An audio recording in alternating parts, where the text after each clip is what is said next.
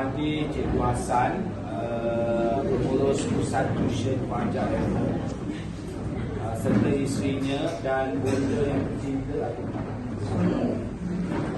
yang saya hormati Cikgu Zul, tenaga pengajar, Cikgu Hidayah pada malam ini, tenaga pengajar, serta pelajar-pelajar senior tahun lepas yang berada di belakang saya ni ada, serta para pelajar yang saya hormati sekalian. Alhamdulillah, pertama kali saya mengucapkan terima kasih kerana memberikan kesempatan untuk hadir pada hari ini bagi tujuan untuk meraihkan di mana yang tertera dekat sini yang Hari Raya Aidilfitri pusat tuition ni.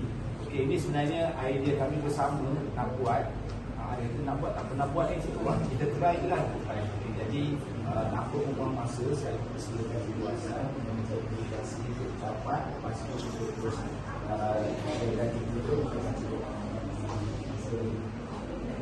Assalamualaikum warahmatullahi wabarakatuh.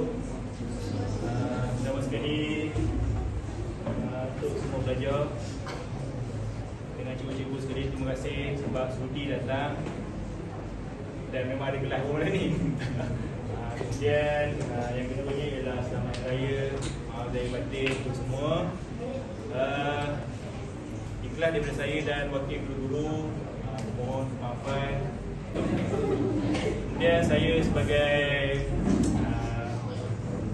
orang yang menguruskanlah guru-guru, personally saya ingin mohon maaf kalau cakap gurau saya menyentuh perasaan cikgu-cikgu semua.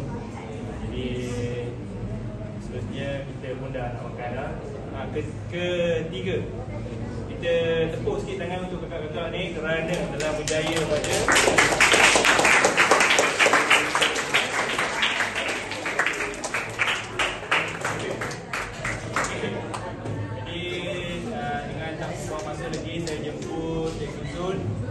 baca doa sikit, kemudian baca doa makan, kemudian kita bolehlah menjamu selera.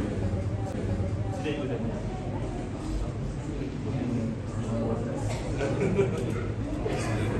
Innal karim asfar al-kiram al-Fatihah.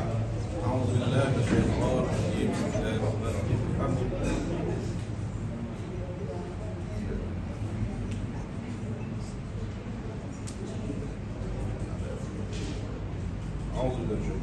Bismillahirrahmanirrahim.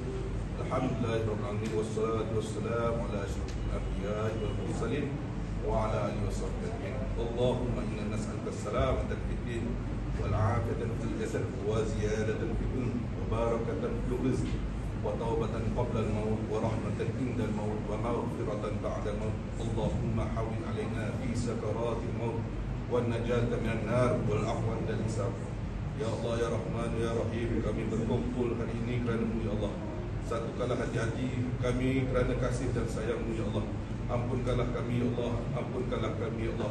Ampunkanlah kami, Ya Allah. Ampunkanlah kami. Ampunkanlah kedua ibu bapa kami. Ampunkanlah keluarga kami.